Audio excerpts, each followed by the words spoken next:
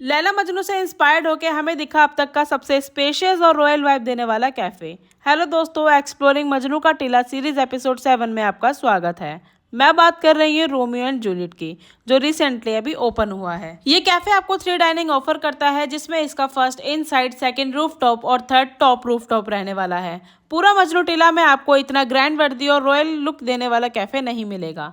और सबसे अच्छी बात तो ये है कि ये कैफे इतना स्पेशियस था कि आपको यहाँ वेट करने की जरूरत ही नहीं पड़ेगी। और बात की जाए इस कैफे के थीम की, तो ये कैफे कपल के लिए बेस्ट कैफे था, लेकिन आप अपनी फ्रेंड एंड फैमिली के साथ भी यहाँ एंजॉय कर सकते हो। अब बात कर लेते हैं इसके फूड की, तो यहाँ का फूड बहुत ही टेस्टी था। साथ ही साथ आपको यहाँ लाइव म्यूजिक एंजॉय करने को मिलेगा, और आप क्रिकेट लवर हो तो अपने फूड के साथ साथ आप अपना यहाँ मैच भी एंजॉय कर सकते हो। कैसा लगा आपको रॉयल लुक देने वाला Romeo and Juliet cafe? Comment करके जरूर बताना। चैनल को सब्सक्राइब कर लेना, वीडियो को लाइक कर लेना। मिलते हैं किसी नेक्स्ट व्लॉग में।